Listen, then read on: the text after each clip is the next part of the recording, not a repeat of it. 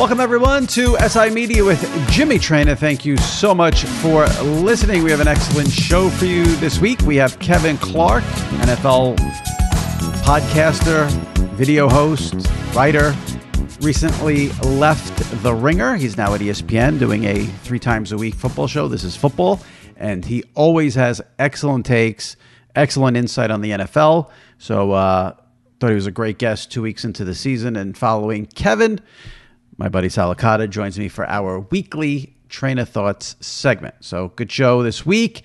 If you've missed any recent episodes, make sure you check them out. We had NFL Red Zone channel host Scott Hansen on the podcast last week. I did a mini pod on the debut of NFL Sunday Ticket on YouTube recently.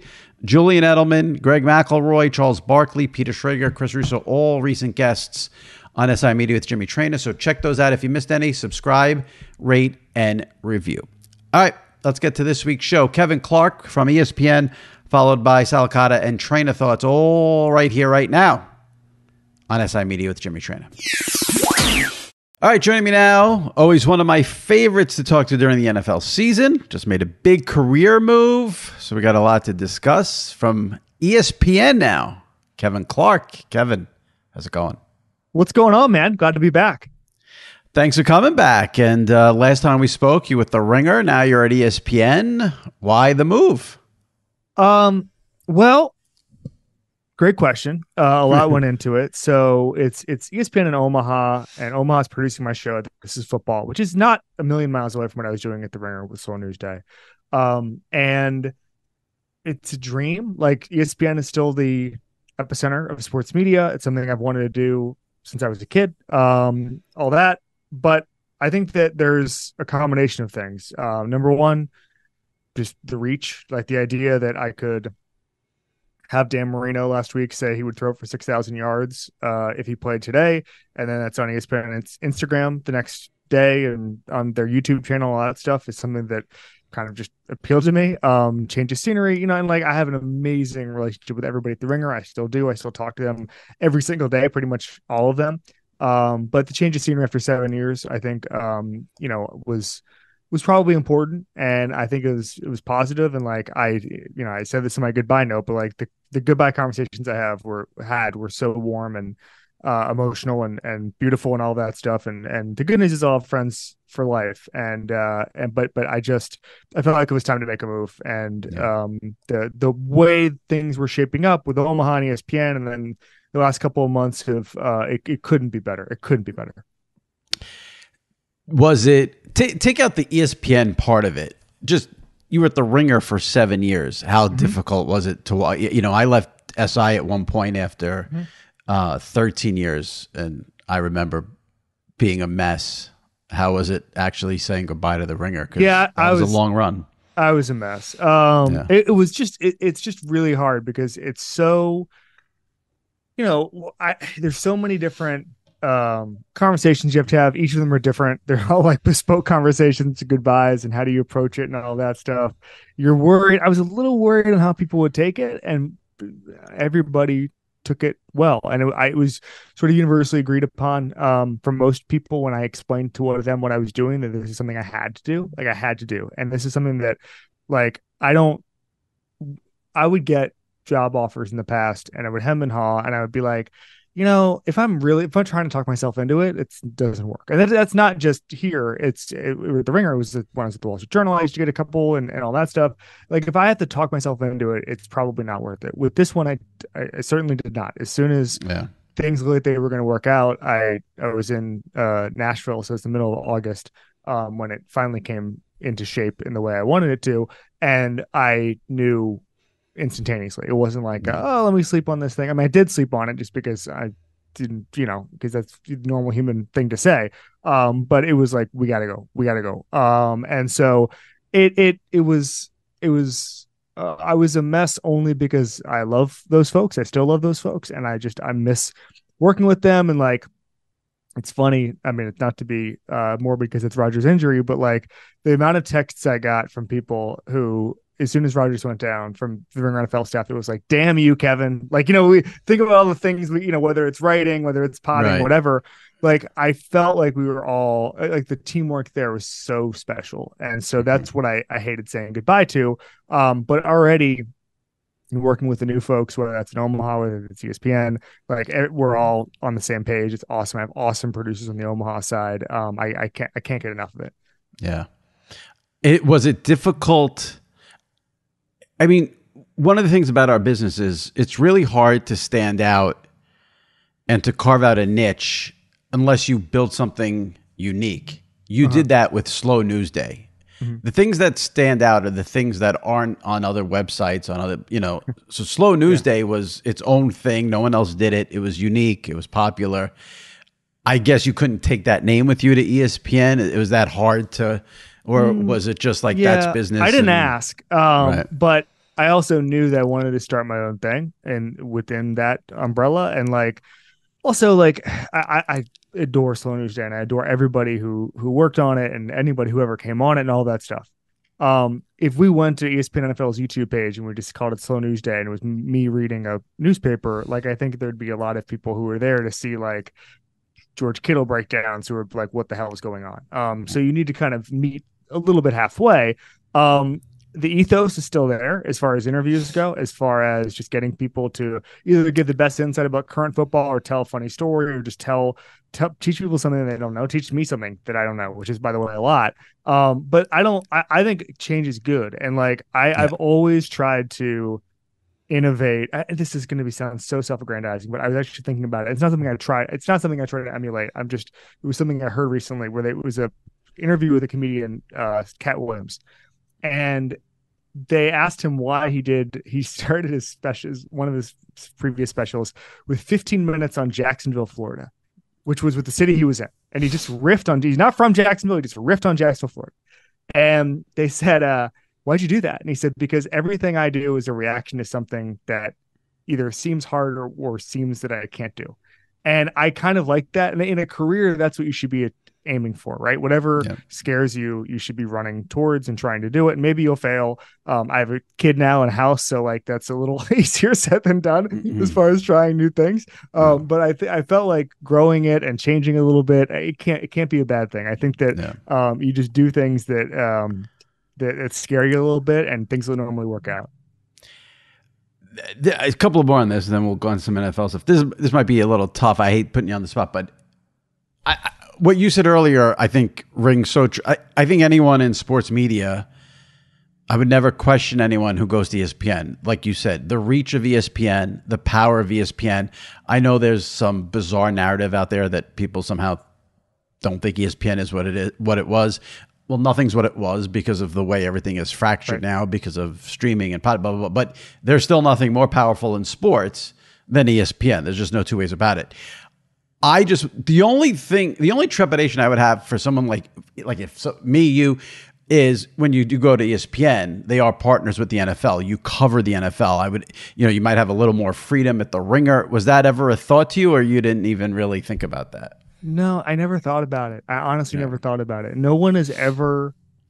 I mean, this is true. Not to say anything. Like the Wall Street Journal was owned by Rupert Murdoch, who writes massive checks to the NFL, Right. and I remember. I just remember thinking sometimes like, hey, I wonder if I'll ever get a call. Never got a call. Never got one call.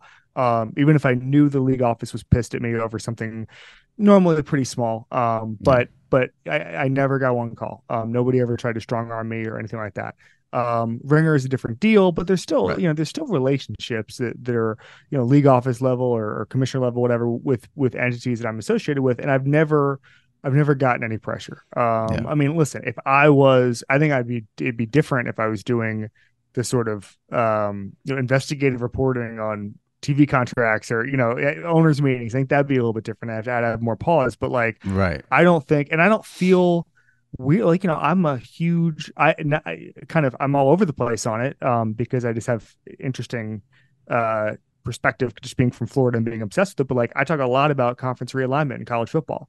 Well, ESPN is a pretty huge player in that. And I don't think when I go on Feinbaum a lot, Paul Feinbaum show. And like, I'm not going to lay up on conference realignment. I'm just going to say whatever I want to say. And if somebody Right. wants to call me and say, "Hey, you can't, we can't say this," blah blah blah, like we can talk about that, and I will try to hear them out, but I won't really adjust my perspective on it.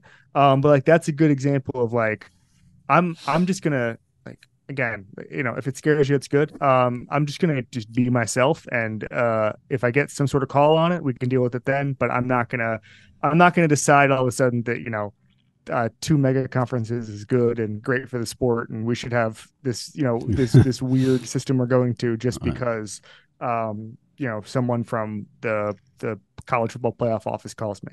Yeah.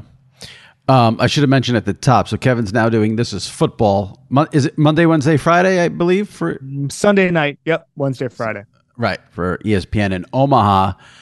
Is it all done right from where you're doing this podcast right now in that room you're in? Or yeah. Isn't it amazing what sports media has become since COVID, where we're all just doing this from our houses? It's so wild. Like here you are, you're leaving the Ringer for ESPN, and you've talked about the relationships you've had at the Ringer. You're there for 7 years.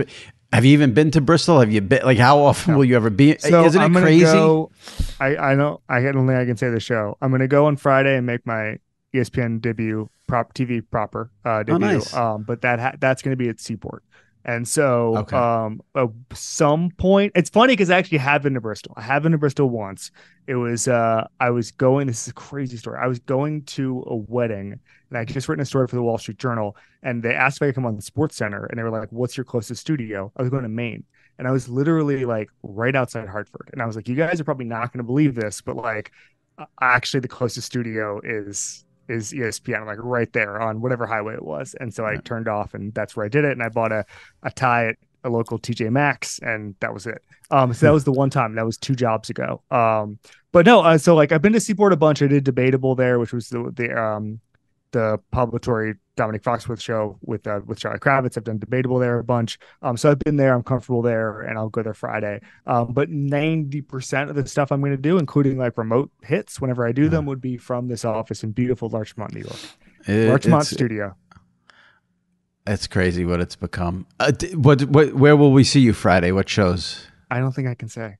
Oh, really? I think they want to announce it. Yeah. They don't want to promote and plug. I mean, well, this is coming out Thursday morning, so I don't know. But. All right. I'm a good corporate soldier. Yes. Yeah. You've learned well. You've learned well. Yeah. It's like, do you care that you're never going to sort of be in an office or a studio around people? Yeah. Or do you think, or are you fine with just like the communicating through Zoom and Slack and all that nonsense? So I'm good about meeting up with people, like just get a coffee or a beer or whatever. I'd say the biggest thing is a little older now. So I turned down a job I'm trying to be careful here. I got a job offer when I was at the Journal for another outlet that was not focused in New York. It was an awesome job, but I could have worked remotely. And I was 27 years old. And the reason I turned it down was because I loved the feeling of a newsroom, and going in and just BSing with people and getting coffee and putting your feet up on the desk and having a great conversation about last night's Yankee game or, man, the Giants have lost. The Giants don't look good right now. Like, what's going on with them? Like, that was amazing to me. The energy of it, not just the sports desk, but like the way other people would interact with the sports desk, the way that the Journal, the money and finance guys would come over and just talk about, would want to talk about sports. Like, there was so much energy to it. Yep. 2 things happened. Number one, everyone just communicates on FaceTime and Zoom and text now. Number 2 is I don't want to speak for anybody, but like, I don't know if the newsroom feeling, even at the papers that are well staffed, I'm not sure that exists anymore because of work from home, because of COVID, post-COVID sort of systems, how many people moved away. Spotify will let us work anywhere in America. And so even if I wanted to stay in LA, and there still is a vibrant LA office there, like it's not the same because 1 or 2 people peel away, 1 or 2 people, and all of a sudden, it's just not the same. And like I shared an office in LA with Brian Curtis and Kevin O'Connor. We had one little small office in LA, and some of the best days of my life, frankly, were in that office. But I had to move back to the East Coast. Other folks in that office, those 2 guys are still in LA, but other folks in that office had to move away. And so that has nothing to do with why I would make the move. I'm just saying that I think that the newsroom culture and the office culture that existed before COVID was like a special thing, and I'm going to think about it for the rest of my life. I just don't think in a lot of places it exists anymore.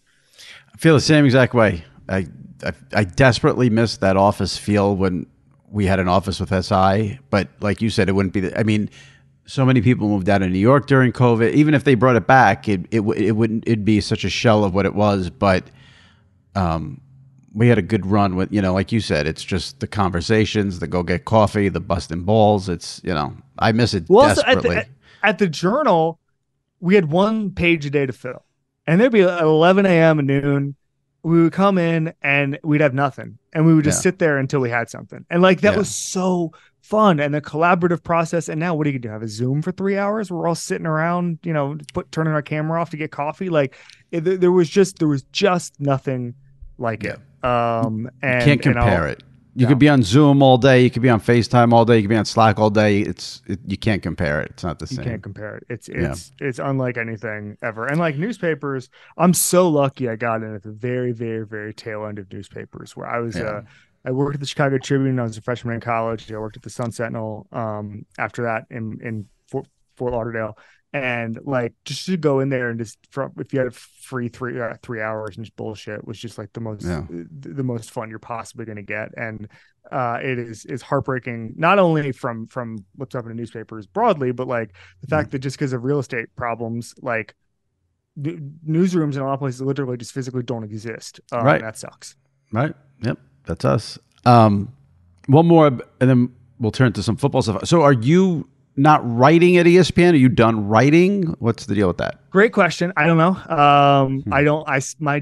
I'm doing this show. That's it. That's what I signed on for. And then there'll be some other stuff within that. Writing is not yet a part of the equation. What I would say is that I love writing. It's my favorite thing to do in the world. I think there's ways to do it. Like someone actually just asked me this morning, they were like, what's the reporting process, writing versus podcasting or video? And I'm like, it's the same thing. Like, we had Channing Crowder on today, and it's like, okay, well, I want him to tell full hilarious anecdotes with tons of details. Well, guess what? I wanted that when I was at the Wall Street Journal and it was going to a 1,000-word column. I wanted it at the Ringer, and now I want it on video. Like, it's the same skill set, in my opinion. But I love actually putting pen to paper. And I was meeting with I was just BSing with an executive in the last year or so, and he said, it's so important you're a writer. And I kind of perked up, and I was like, oh yeah, well, like, is writing like valuable? And he's like, oh no, it's not valuable, but like, you have like arguments in your head, and you know how to like map out what you're gonna say. And I was like, oh, so the typing doesn't matter, like the actual like putting words onto the internet. He's like, oh yeah, that doesn't matter at all. And I was like, good, cool. Glad I was born 50 years too late. So if they wanted you to write, you would write? Yeah. Okay. Oh yeah. Okay, good. Yeah. Similar to what I did at the Ringer. Yeah. It's my favorite. Perfect. It is my favorite thing in the world. It's my favorite thing in the world to, so I think you can reach I think you can reach a huge audience with podcasting and video. And luckily, whatever niche I've been able to carve out, I'm able to reach people like that. And you really don't even find out that way until you like say something either inflammatory or like you'll say something small. Like my favorite is like, I remember when I moved back to New York, I was like, oh yeah, I gotta go, like reach, I gotta look for an apartment. And like 50 people DM me, and they're like, hey man, like my buddy's a real estate agent, whatever. And I was like, oh, people listen to this. Like, that's when you find out. Right. But anyway, that's so funny. But like, I think when I have an opinion of something, or like the day after the Super Bowl, my favorite thing to do is write the day after the Super Bowl or the night of the Super Bowl. And you can do a monologue and say the exact same thing you say in print, but the print part is so impactful. It reaches people that that would normally tune in. Like, think about how into the idea of me you have to be to subscribe to my podcast, to watch my video on the ESPN NFL YouTube page, like whatever, right? But like Joe Sixpack sitting in his office just gets emailed something on Monday, and somebody says, this looks pretty good. Like somebody the other day was telling me about one of my videos, the Ryan Fitzpatrick Snyder DEA video that was shared in Slack, his company Slack. But it's like 9 times out of 10, it's more likely that an article would be shared like that. And so I love I'm the youngest person to just love the written word, and I would love to be able to continue that in my career. All right, that's awesome. Actually, I do have one more question about your change. So this is also a partnership with Omaha. Did you have meetings or conversations, FaceTimes with Eli and with Peyton, or you haven't? I got an email from Peyton, a very warm, nice email. It was great. I did not. He's very hands-on, from what I've heard over at Omaha. It's an email. I got a very nice email from him. I can't thank him enough for that. But that was really cool. Eli was on my first episode along with RG3. Right. He was very, very warm. So it's a really cool, innovative place. And I've enjoyed working with them and meeting with them just as much as when I was going to the meetings with the ESPN people as well. I'd like to see you on the Manning Cast one night. I think that the threshold of fame is a little higher. I don't know. They have some people on there sometimes where, it's not. Wow. You don't even know how to finish that sentence, Jimmy. Well, I don't want to. I would say they have 95% where you're like, okay, that's a great guest. Well, there's 5% where, What was the first episode? The first episode this year, there were two guests. And I remember McEnroe and Ryan Fitzpatrick. Yeah. I don't know. You could get in there. All right. Let's talk about some NFL things. I do want to say, I asked about the writing because I've said this to you before. No NFL writer came up with more unique top. I know more unique is not a real thing, but more unique topics than you. So that's why I asked that, because I do hope you get back to it. Let's talk about the NFL a little bit. 2 weeks in. Well, let's start with the biggest question by far. Bigger power couple. Travis Kelce, Taylor Swift, Kim Kardashian, Odell Beckham Jr. It's not even close. It's what are we calling this? Swift and Kelce? Have we combined those names into something? Don't think we have yet. All right, someone will get there. I haven't checked in with the Swifties on it. The one thing I'm excited about is, as we know, NFL teams are kind of a black box of information. Nothing gets out, and lockbox. And Swifties getting into the Chiefs world and trying to figure out what's going on with teammates, monitoring social stuff. I mean, like, that's going to be, like, I was joking on another show a couple weeks ago, like when Travis Kelce was hurt, if that relationship was official, and it sounds like it's trending towards that being that case, like, we would have found out if Travis Kelce was playing based on like Swiftie message boards who would have been staking him out, like all of that stuff. Like, there's no more powerful force in the universe, and to have them involved with the NFL, I don't know if we're all ready for this. Especially if there's a breakup during the season. Yes. That's, Travis should be careful.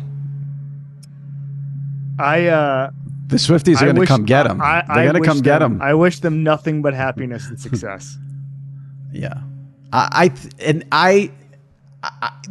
want, there's a Kim K Taylor Swift rivalry. So I'm wondering if Kim saw the Taylor and Travis thing and was like, all right, you want to play? We'll play. Wow. Yeah.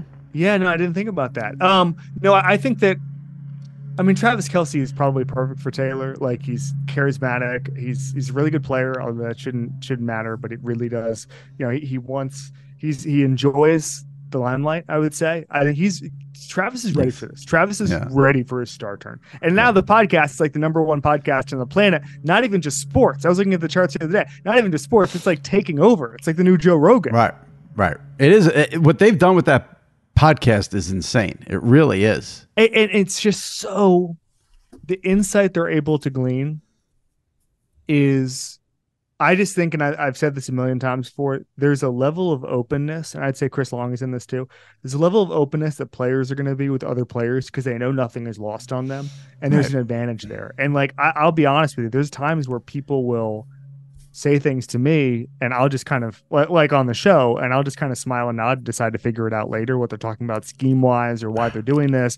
Players know. And so, like, when Howie Roseman goes on with those guys, or when Andy Reid goes on, they feel like they can speak at a higher level. And sometimes it gets lost on the casual viewer, but more often than not, it's really, really interesting. And like their openness about their past, and like Travis, I remember just a good example is Travis telling that story about going into trying to make Bill Belichick laugh in his pre-draft meeting, and Belichick not being into it. Like the amount of, I guess you'd say, and this is such a terrible reductive phrase, but like the amount of IP you have when you're a player is pretty much unlimited. And that's actually something I'm trying to tap into on my show, but like I can't get there. I wasn't in a pre-draft meeting with Bill Belichick. I wasn't in a Steelers pre-draft meeting where I pointed out that Mean Joe Green was there and everybody got mad at me. Like that to me is the golden goose.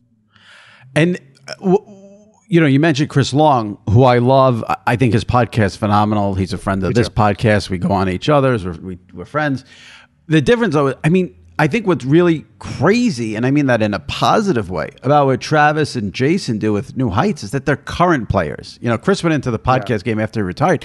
To have two current NFL players do podcasts every, whatever it is, Monday or Tuesday, we never saw it before. I don't think in the NFL before they did it, and I think that's what makes it. People have tried. The problem is, here's the problem: is that it's really hard to toe the line. Like Draymond Green is a phenomenon because Draymond Green, and I think this is probably public. It's fine. I know someone who works with Draymond Green at the Volume, and they're like, it's astounding. He'll be the center of the universe.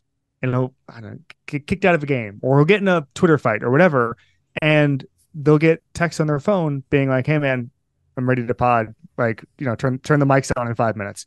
No one is like that in media. No one wants to run towards the fire and say, "Let me stoke this." Now, I forget what game it was in Memphis a couple years ago, but Draymond had just some awful game. Yeah, and he started off being like, "Hey man, I don't care what you guys think. You're going to get this podcast," and you need that gene where every Tuesday, every Thursday, whatever it is, you're going to give the people what they want, even if, whatever. I think the Kelce's had that. And they're comfortable enough in their own skin. I think they're comfortable enough in their career. They've made a lot of money. They've had a lot of success. They've each won Super Bowls.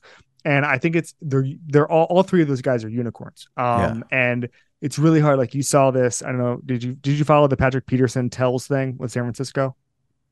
No, I don't think so. The Patrick Peterson has a podcast, right? And he said that San Francisco had tells on their offense, right. And I think from what I saw, like there was a lot more context to it than that, right? But it doesn't matter. It just gets shared as Pat Pete said there's tells. Right. Niners kicked their ass, and Pat Pete's in hell, and that's awful. And so you have to toe the line, but I also think that like. You just got to know you're going to eat crap sometimes. And that's the one thing with Draymond is he's just like, screw it. I'm just going to go through it. But a lot of guys just don't want that kind of smoke. I don't want to take anything away from Draymond, but I think what makes the Kelce thing even more surprising or unique than the Draymond thing is it's the NFL where these coaches there's no secrecy like NFL secrecy. And there's no if you're not, the fans think that if you're not studying the playbook 24 hours a day that you're slacking off. And, these coaches, we hear the stories about, the coaches don't want players saying anything inflammatory, whereas in the NBA, I think it's encouraged in a way. In the NFL, the coaches want everything on lockdown. So that's why to have two current players doing it, I think is wild. When I was Bryce Young was on my show last year around this time, and I just read a really good book by John Talty about Saban and how he coaches. In it, there was an anecdote about how Saban basically he teaches so many crazy things about football. And one of them was about how a quarterback can play a defensive back shoulder placement against them, right? Just like, hey, if he's turned this way, whatever. So I asked Bryce Young, I was like, hey man, can you give me like a nugget that Saban has been able to give you that's kind of like that? And he's like, oh man, well there's this one thing, and he starts going, and then midway through he just goes, I'm sorry, I just can't finish this. Like I just can't, like I can't keep going. Like Coach Saban is gonna get so mad at me. And he realized he's a nice guy, and so he starts giving me the answer, and then halfway through is just like, no, like I actually can't give this. And that's the default. These guys are coached to not give anything. And that's why you see, like, I don't know if you just saw this Justin Fields thing a couple hours ago. Oh, yeah. But I was going to ask you about it. Where he basically called out coaches, like, that's a choice because every single, and I, by the way, I agree with Justin Fields, but every single player is coached to never say anything. I don't know if you ever heard it, but Dan Le Batard asked Ryan Tannehill maybe a decade ago. This was so funny to just give your like opening statement at a press conference on a team that you know nothing about. I'm not going to give you the team. I'm not going to give you the defense. What does it look like? And Tannehill gave like 3 minutes on like, hey, well-prepared team this week, well coached. And it was so funny. And you can tell that deep inside the brain of every quarterback, coach, whatever, is the ability to just BS for 3 minutes and say absolutely nothing.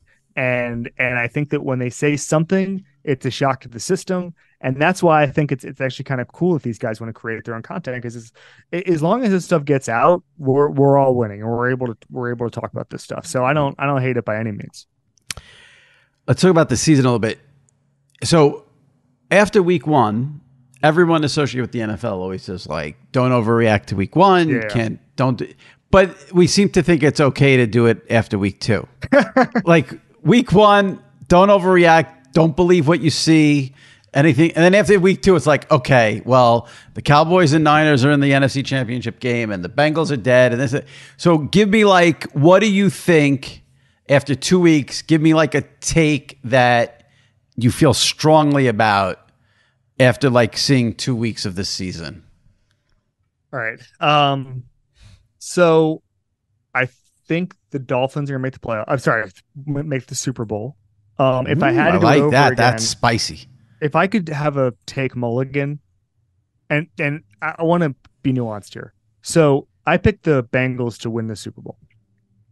I picked them to play the Cowboys in the Super Bowl. The Cowboys part of it's holding up well. I'm of the belief through my reporting and through my conversations with Joe Burrow, which are not recent, but in the past, but the coaches' conversations are recent, that the Bengals were going to start slow, like they always do, because Burrow didn't have a training camp. Everything's going to be fine after that. The thing that worries me so much is the re-aggravation of the calf, because that slows everything down. And all the things I believe about how the Bengals operate and how their offense gets on the same page. Listen, if they don't get humming till December, they might have 4 wins by then, and it doesn't matter if they become the best offense in football like they normally do. So that's the biggest thing for me. And on the flip side, like, so I actually floated the Dolphins as a Super Bowl contender in the summer, and I got a lot of heat for it. I got a death threat over it. In fact, I was just talking about that on the Dominique Foxworth show last week. Legitimate death threat? No, not like here's your address, I'm gonna kill you. Just like you don't deserve to live. Blah blah blah. there are levels of death threats, I would say. Yeah. Like there's a guy who sends me like really graphic death threats over the smallest stuff. Lovely. Like I went on Rosillo and I said I liked Nolan Smith as a value pick, and the guy just got real graphic. I'm like, man, if you're going to me, I mean, on this, that's a low bar. I've said this a few times on this podcast. When I first started at Sports Illustrated, this is going back to like 2001, 2002. One of my first jobs was I would read the email that would come in for Dr. Z. Oh my God. And I'd have to forward it to Dr. Z because he was not tech savvy for him to answer in his mailbag.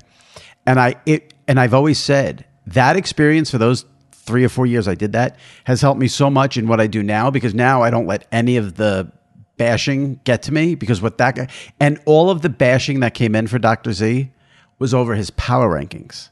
So people would email and be like, you have the Browns 28th and the Raiders 24th. I hope you forget to take your meds today and die. And I'd be like, oh my God, like power rankings. These people would lose their shit in a way I've never seen. So now when someone, when I say like, I don't like this announcer, and someone says, drop dead, you fat piece of shit, I don't really care, because I'm so like hardened from the Dr. Z experience. Yeah. You have to learn thick skin in this industry. Yeah. But anyway, so the Dolphins, you're adding in Vic Fangio, who is at least going to raise the floor. Jalen Ramsey will come back at some point. They've got a ton of talent everywhere. And then the offensive side of the ball, they have Tua, who, as long as he's healthy, is one of the best. I mean, I think he's legitimately great, but even if you want to say he's a product of Mike McDaniel, who cares? Right. And they've got skill guys everywhere. The offensive line probably still needs a little bit of work, but it hasn't mattered yet. So the AFC, to me, I keep comparing it. I don't know if you're a golf fan, but I keep comparing it to modern golf, where it's like it's like 12 golfers every week who should win a tournament because they're just Right. so good. And it's like, okay, if Colin Morikawa putts well, if Scotty Scheffler does XYZ, if John Rahm does XYZ, like Rory, like these guys should win every week. In the AFC, it's like coming into the season, there were 9 teams where I'm like, yeah, they should make the Super Bowl. And they would make the Super Bowl in a bunch of different years.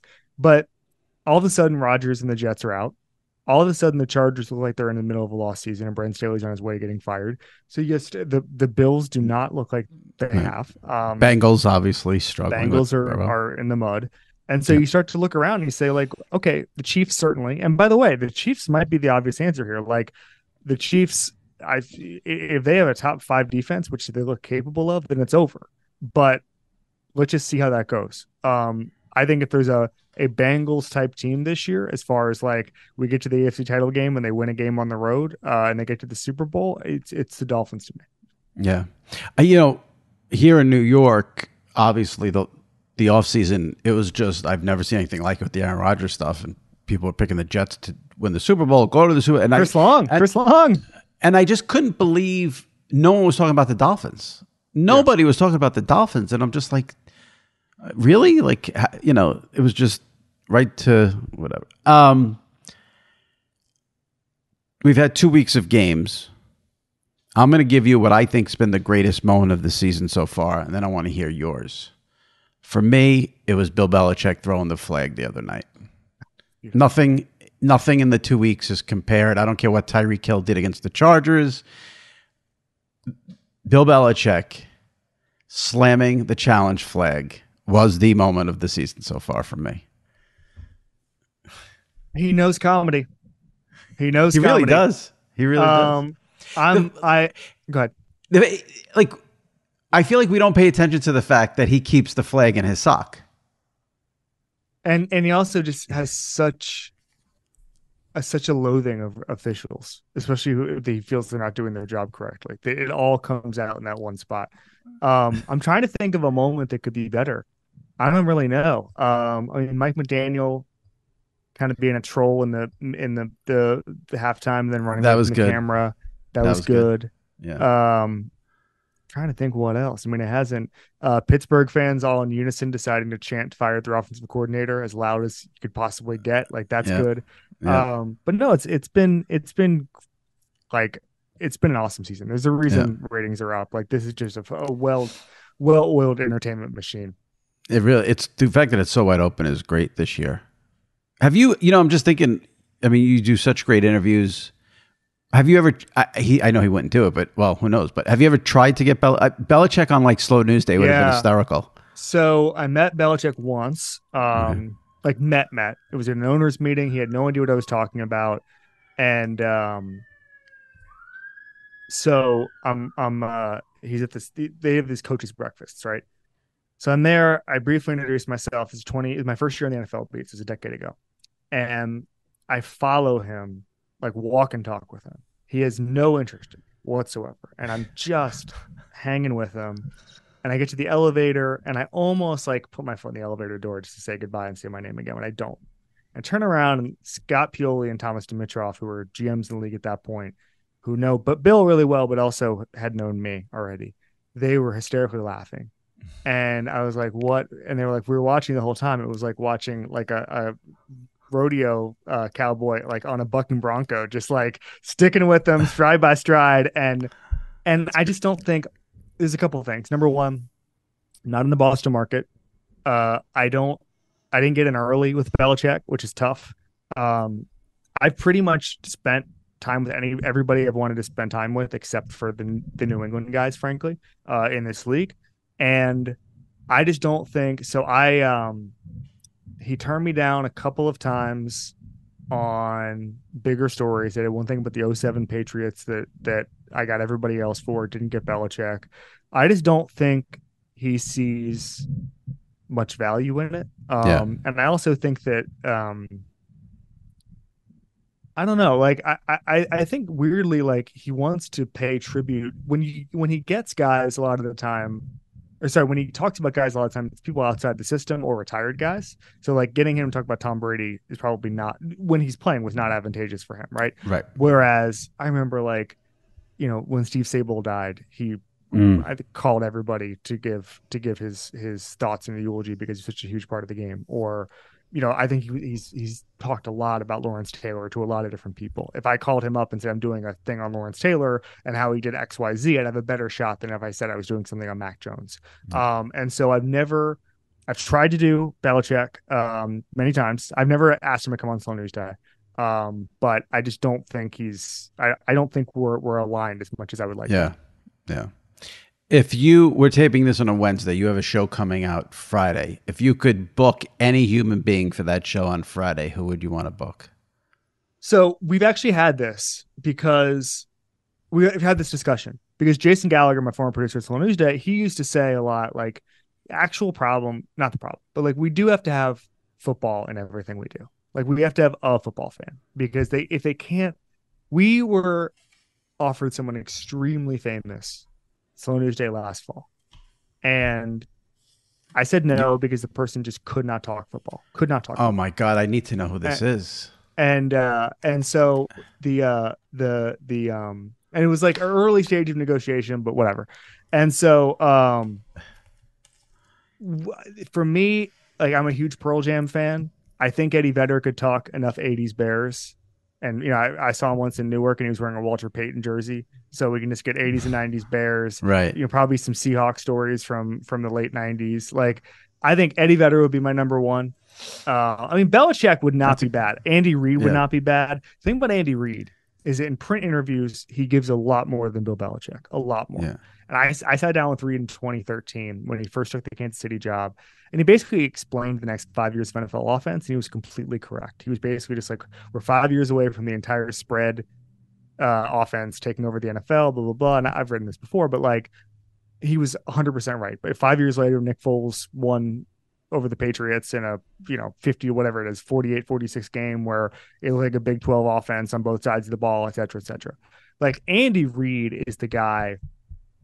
I know everybody says like they'd love to get Truth Serum and Bill Belichick and just have him tell stories. I agree with that, but I also think that he doesn't want to do it. Like he likes talking about punting and stuff. Andy Reid, like he wants to talk ball. He just doesn't want to distract. He just wants to give you nothing to move on and go back to football. Right. I think a book or a podcast from Andy Reid would actually be the holy grail of football, because he knows so much and he can communicate it well. There's a great NFL Films podcast with him from a couple of years ago that I think Steve Sable did, and they actually released it as a podcast a couple of years ago, and it was like a phenomenon. I learned so much from it, and he said that his entire teaching philosophy is just to put everything you need to know on an index card, and if there's more than that, they don't need to know it. Like that should be a podcaster's like ideal. Like don't overthink it, whatever. Like weirdly, if I could make anybody into a media figure, it would be Andy Reid. Yeah, I could see that for sure. I feel like he does. I feel like he flies under the radar for as great as he is, because he's not out there with like. He doesn't want to be. He wants to just get back. He wants to go out there, give out the injuries, which he has his trainer do, and then he wants to go back to coaching. Like he does not want to put himself out there. Yeah. Let me ask you this to wrap it up, sort of, since this is sort of a media podcast. Well, it's not sort of, it is a media podcast. Give me something, because I love the way your mind works. Give me something when you're watching NFL football on a Sunday from 1 to midnight or whatever it is.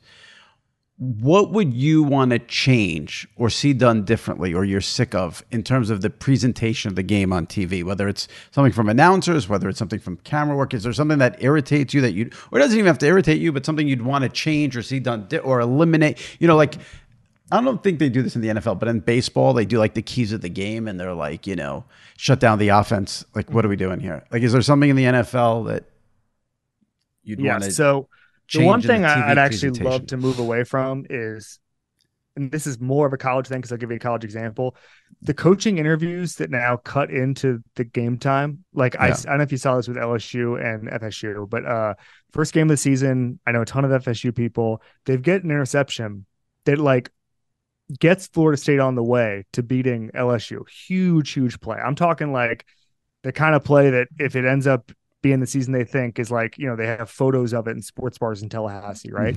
Well, guess what? Like when that was going on, it was split screen with a coaching interview, and like that, and that's a symptom of just that's every network that's doing that now. I think that doesn't really lend itself. That's a more of an NBA thing, and you just can't miss a couple of plays. Yeah. So that's small. I mean, like most networks do a very good job. I'd say I've tendered my resignation on Red Zone. I just feel like Sunday Ticket is so much better for me understanding what's actually happening in the game. Now you've hit a nerve. I did Red Zone the last 2 years, and I decided to go to Sunday Ticket again and do the quad box. It's so good on YouTube. It's amazing. It's amazing. It's amazing. Because, and I'm not a Red Zone person either. I mean, I feel bad saying that because I had Scott Hansen on this podcast last week, and he was great. But I was always a Sunday Ticket person, always. And then I got rid of DirecTV for a couple of years because I had issues with them, and I ended up going to sport. I don't like to watch the game the Red Zone way. I cannot believe how good the YouTube is from the standpoint. The number one thing for me is how much wasted space DirecTV had on their screens when they did their multi-view with the the 4 games. The YouTube, it cannot be done more perfectly than they're doing it. It blows me away. I completely agree. We can, as soon as we can choose our own multi-view, we're gonna be cooking 100%. Yeah. The other thing I would change, this is a little bit a thought that my old boss Bill Simmons used to have, but like pregame shows, halftime shows, like I just wish they could let it breathe a little bit more. And like one of the big inefficiencies I've found is just like kind of what I was talking about at the beginning of the show, like have these guys telling full anecdotes, full stories, like, hey, this happened to me in my career and this is what happened. And I kind of feel like every single, and it's every network. I don't think anyone's cracked the code. Everybody has 45 seconds to talk, and you just, and it's about like, what do the Bears do to solve Justin Fields? And they go around, and they say, okay, we need to do this. Like, it would actually be much better if, I'm making this up. Let's say Phil Simms, right? So Phil Simms says, hey, I lost here is the 3 worst games of my career, and then here's what I did afterwards, you know?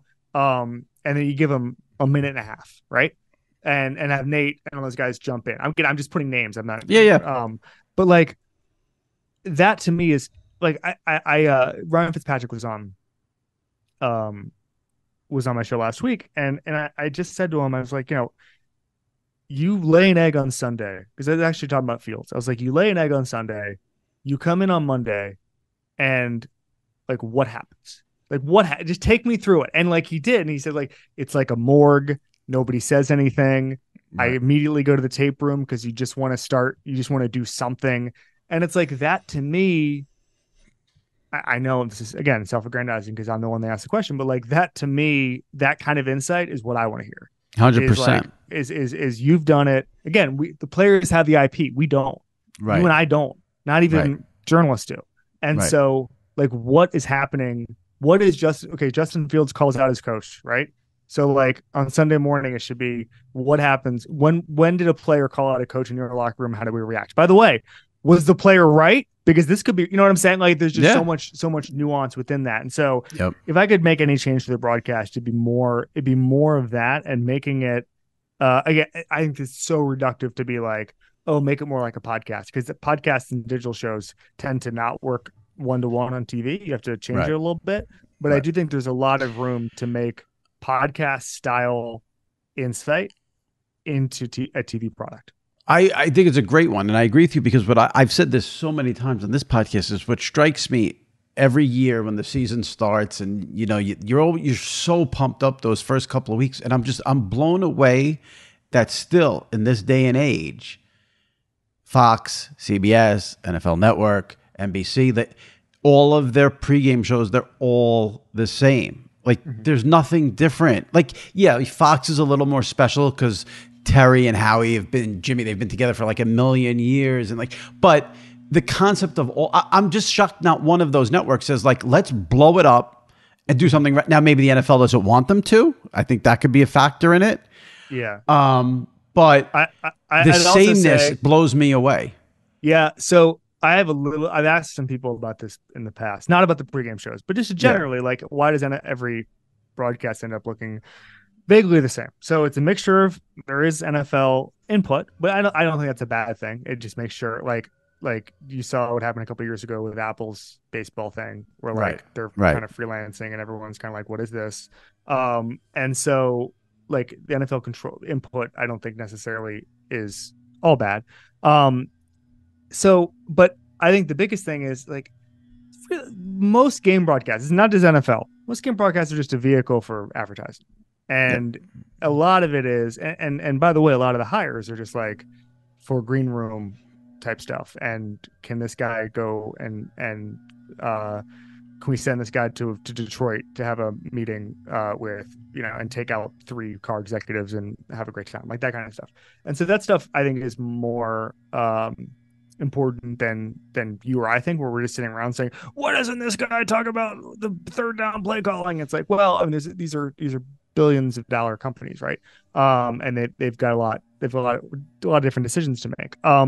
And so it's a mixture of that, and then I mean, and also just like, and this sounds simple, but like when a retired player comes on TV, he's going to take lessons from the ones that came before him. Normally they're very good, but then you get sort of a sameness. Nobody like the Pivot podcast with Ryan Clark and Channing Crowder and Fred Taylor is really, really, really good. And that's a kind of thing where that should be probably on a pregame show at some point. But like that would take a lot of confidence. And if it doesn't work, a lot of people get fired.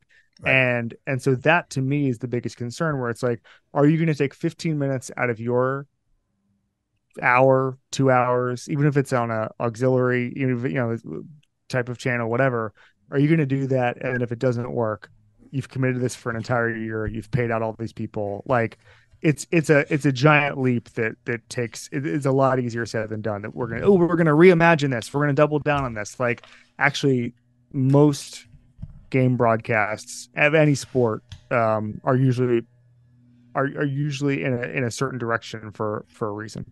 Yeah, absolutely. But like I said, what makes your show good is it's always unique. Oh, thank you.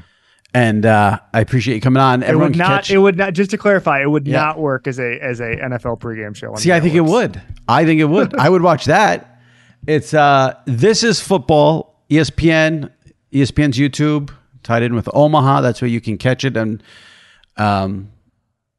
we'll see you on ESPN Friday. Looking forward to that. Gonna have to figure out where you're gonna be. But congrats on the new move. And we'll be watching and enjoy the season. And thanks as always for coming on. Always had fun talking to you.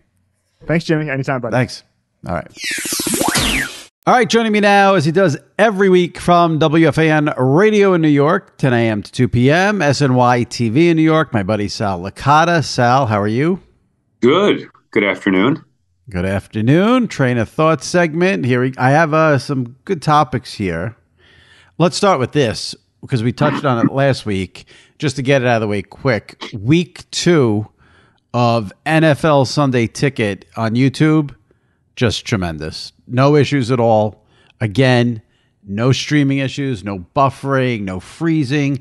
I begged last week to get the multi-view offerings up before 12:50 p.m. Eastern. They were up. I think I texted you. It was like 12:20 when I texted you, or maybe it was 12:40 when I texted you. So A+, kudos all around so far for YouTube. You jinxed me. I did have, and I think it was my own end. I don't think this had anything to do with YouTube. I did have streaming issues. Right as you said, no streaming issues again or whatever. I can't believe it. I missed it like froze up. So I just reset it real quick. I backed out and then went back in. I missed the Falcons touchdown. But so I think my internet was a little bit off this weekend. But outside of that, it's just this is the greatest thing to ever happen to football viewing, period. It's pretty tremendous. It really is. And really all you need is 3 TVs and you can probably get every game, especially if you do if you subscribe to YouTube and get the locals. But I got every game in last week with only 3 TVs. You really just need 2. You could do 4 and 4 and you're good to go. Right. I guess the third TV then would be the local, right? When there's one game. Oh, right. I had Go ahead. 4 and then 4, but one of the 4 was a repeat game. Got it. The only issue I'm having has nothing to do with YouTube. But I'm watching it through Apple TV.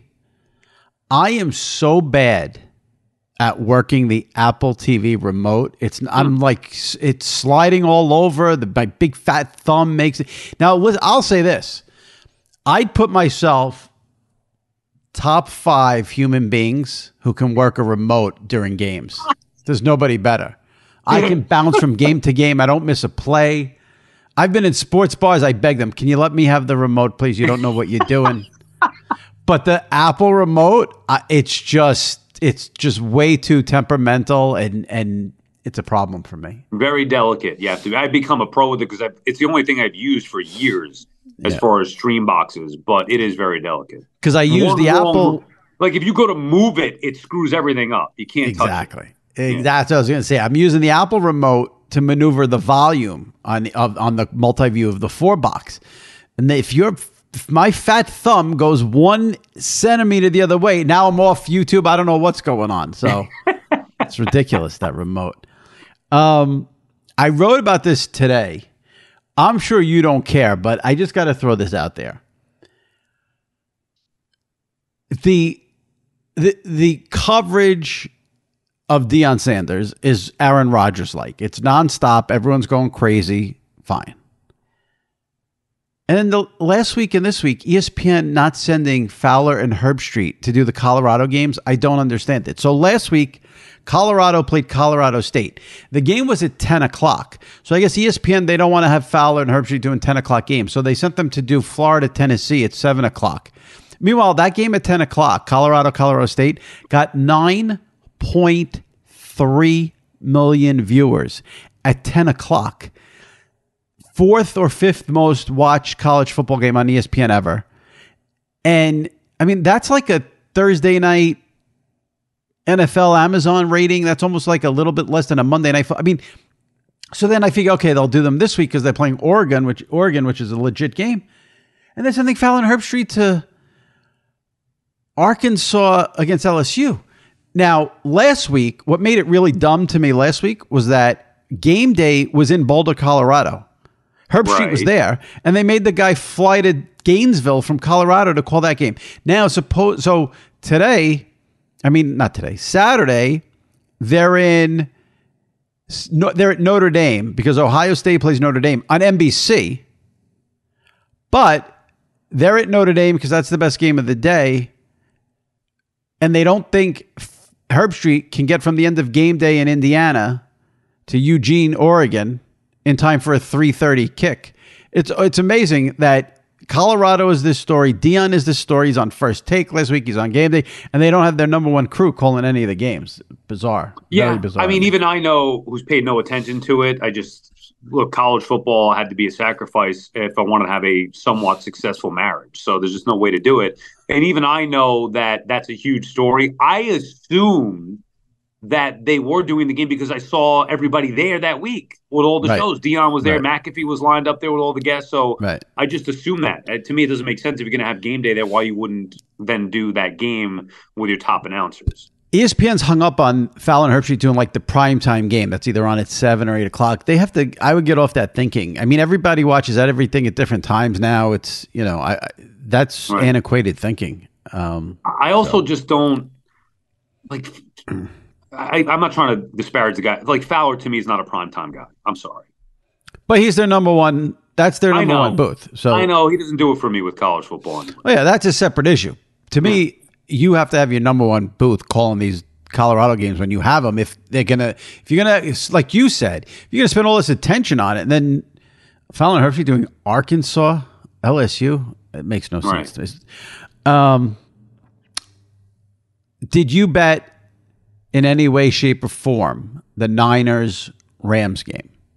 I did not. No, I know about it, though, but I did not. I don't believe for 1 second that Sean McVay didn't know what the point spread was. For people who don't know, the point spread was 7.5. Niners minus 7.5. Rams were down by 10, and with no time on the clock, they kicked a field goal, the Rams and McVay. So they ended up at 30-23. What did he say afterward? Let me be clear about something here. I don't think Sean McVay was fixing the game. I don't think Sean McVay bet on the game. I don't think any of that. I do think Sean McVay said to himself, well, let's help out all the Rams fans who bet us today, and they kicked that field goal. That's what I think happened. And no one would ever admit it.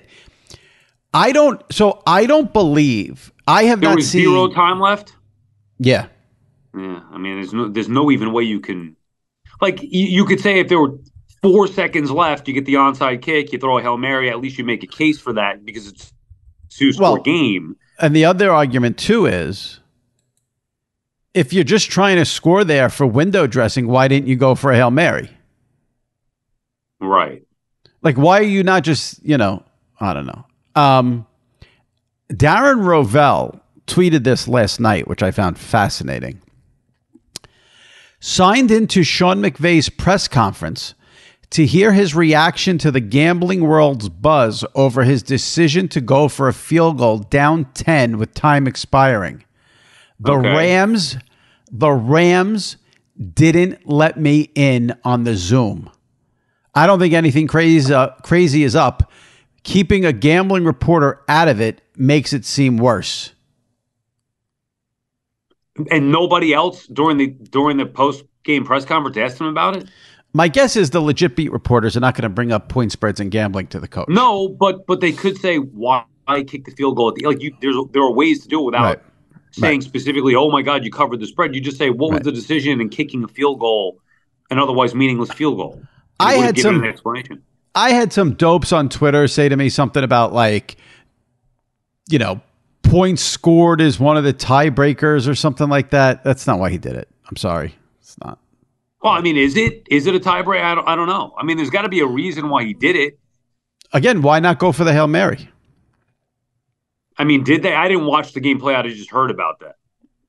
Just, again, why are you kicking a field goal there? Dude, I know it's a different story, different game, but now were you impacted by that at all? Did you bet that game? No. I had the 49ers in a teaser, so it didn't impact me in any way, shape, or form.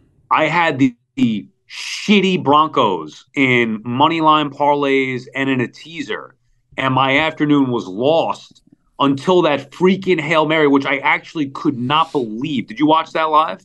I did. I couldn't believe that he actually caught it. And then there was hardly any excitement. It's like, dude, you just miraculously put yourself in a position to tie the game, and they run a horrible 2-point conversion play, and obviously the Commanders won the game. But that to me was, I had them in a teaser on top of the parlay, so at least I got that miracle cover by the Hail Mary. I could not believe watching that unfold. That was, for me, one of the great wins of all time on a teaser, that Hail Mary. I enjoy seeing the Broncos being 0-2 after Sean Payton made a big stink about saying my players are not going to wear what he called them, I believe, was Adam Sandler hats. He made fun of the Sandman? Well, no, he didn't make fun of the Sandman. He just said he doesn't want his players wearing floppy hats on the sideline, as if that's important, has anything to do with whether you win a football game or not. Right. No, they embarrassed. Oh, I'm sorry. He called it Gilligan hats from Gilligan's Island. Okay. My bad.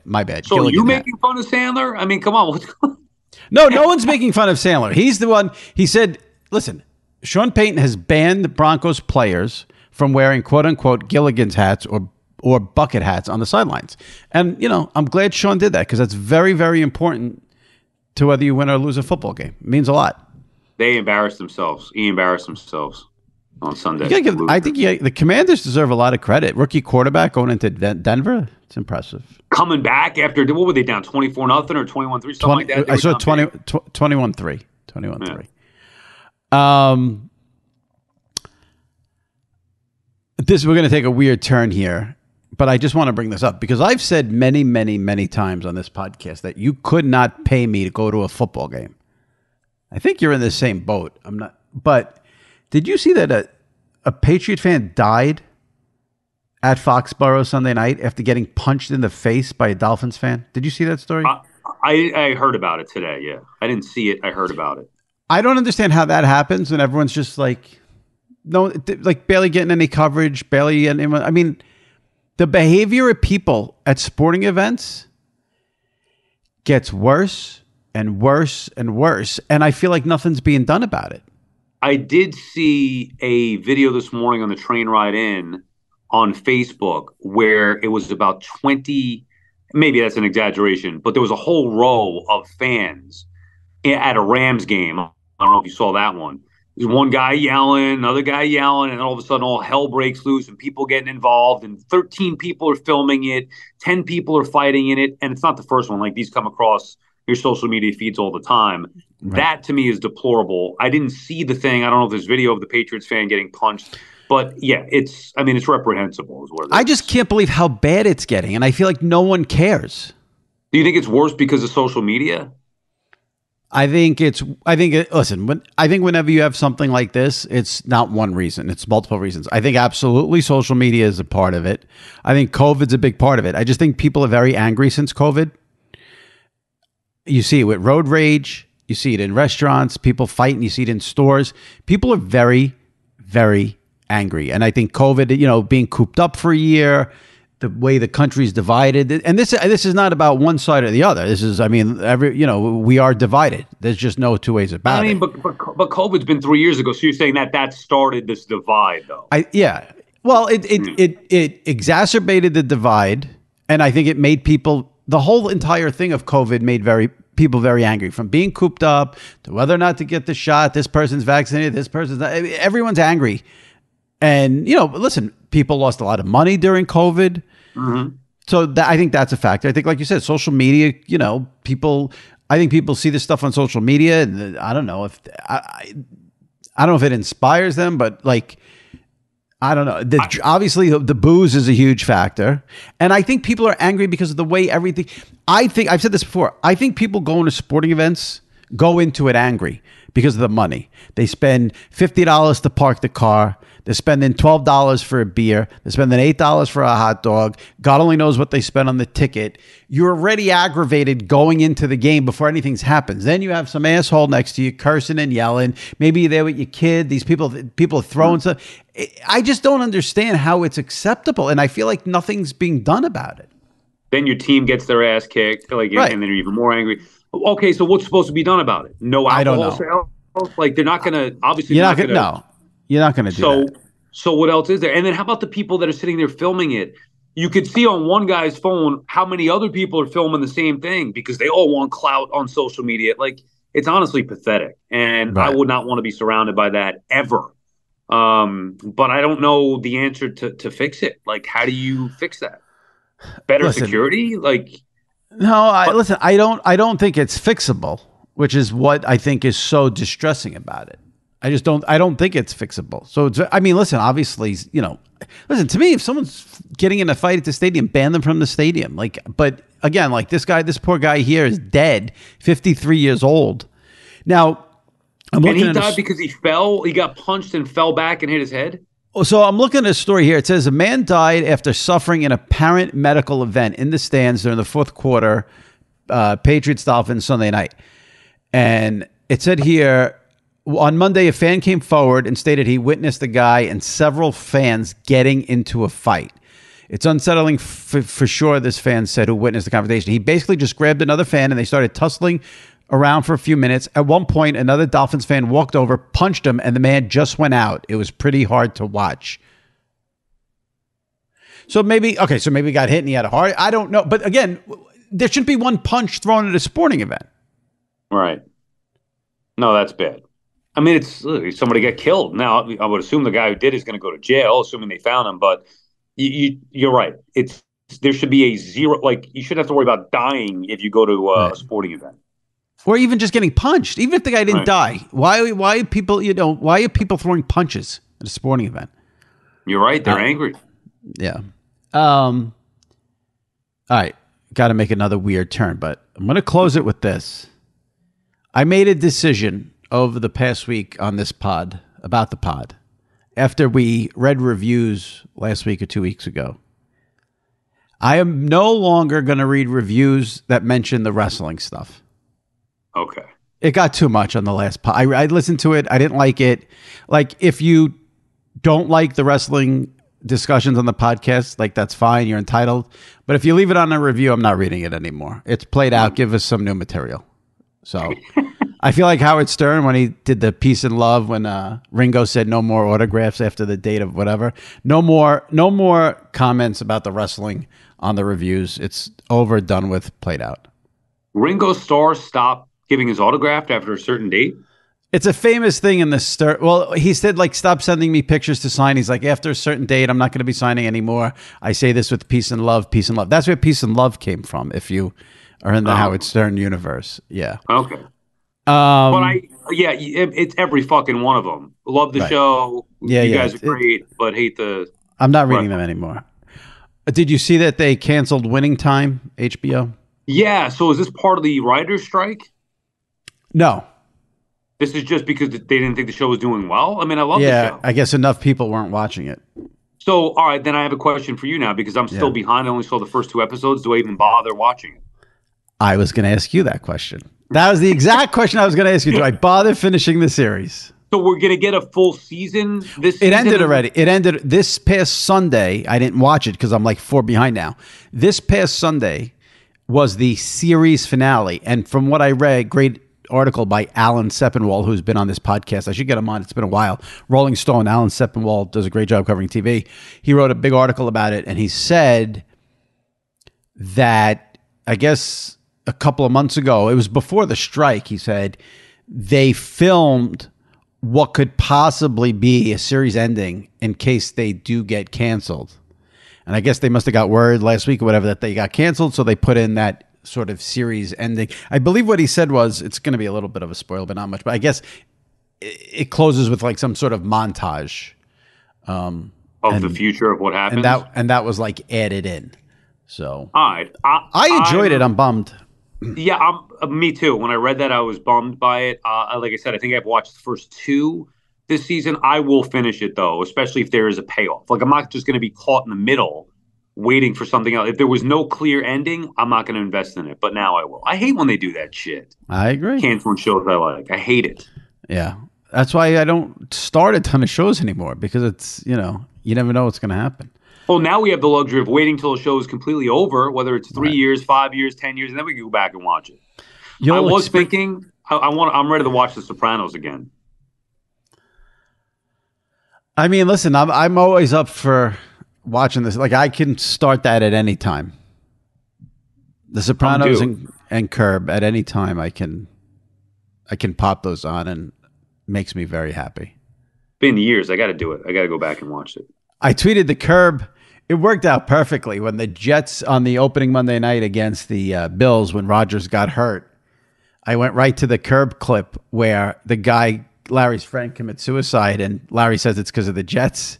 And he says the Jets killed Carl because in the episode, it starts with the friend of Larry's saying that he's so tired of the Jets and what they do to him and the stress.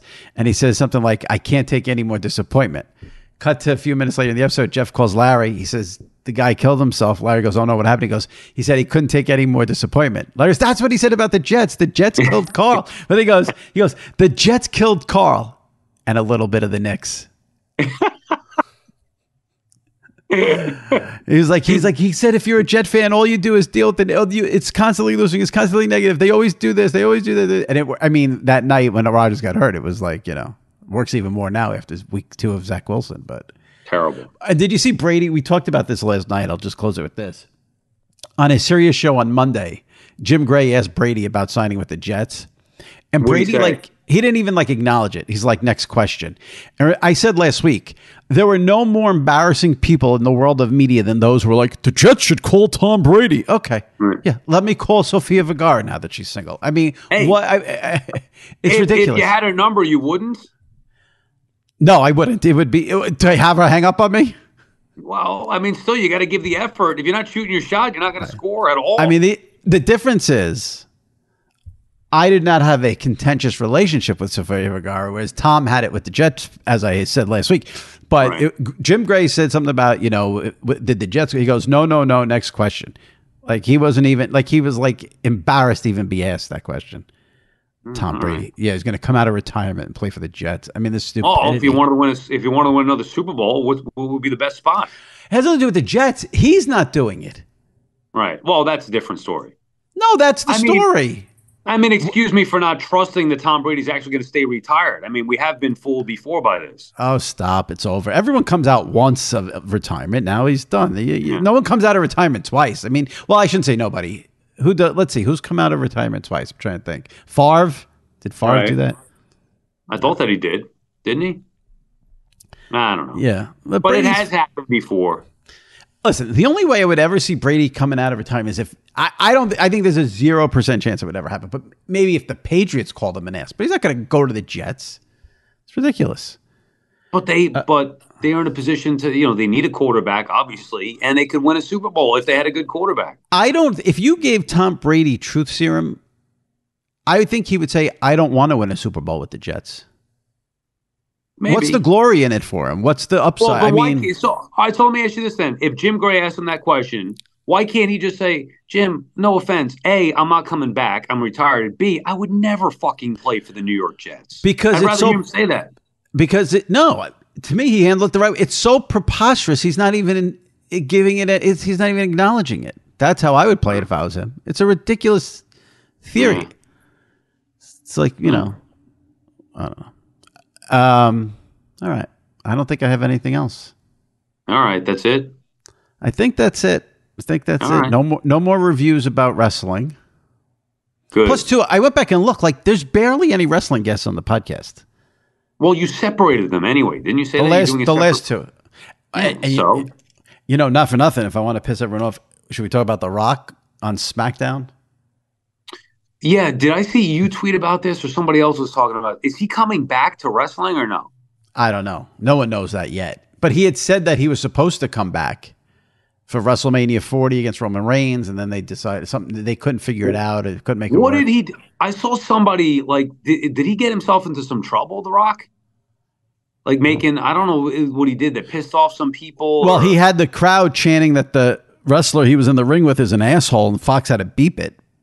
No, I thought there was was that it? I don't know. I read somewhere that The Rock had made a bad decision and had to apologize for something. I don't know, it was some business venture or something. Oh, maybe that is maybe. I don't know anything about it. I just know Friday he came out, surprised the crowd, did a thing in the ring, and that was that. Yeah.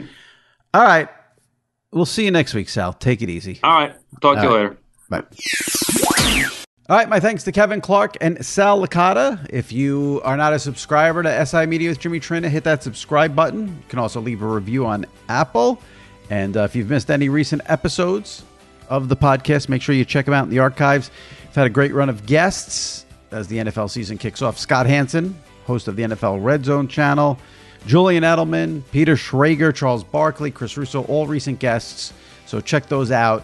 Give them a listen. And again, subscribe to SI Media with Jimmy Traina. All right. That wraps up for this week. We'll see you next week.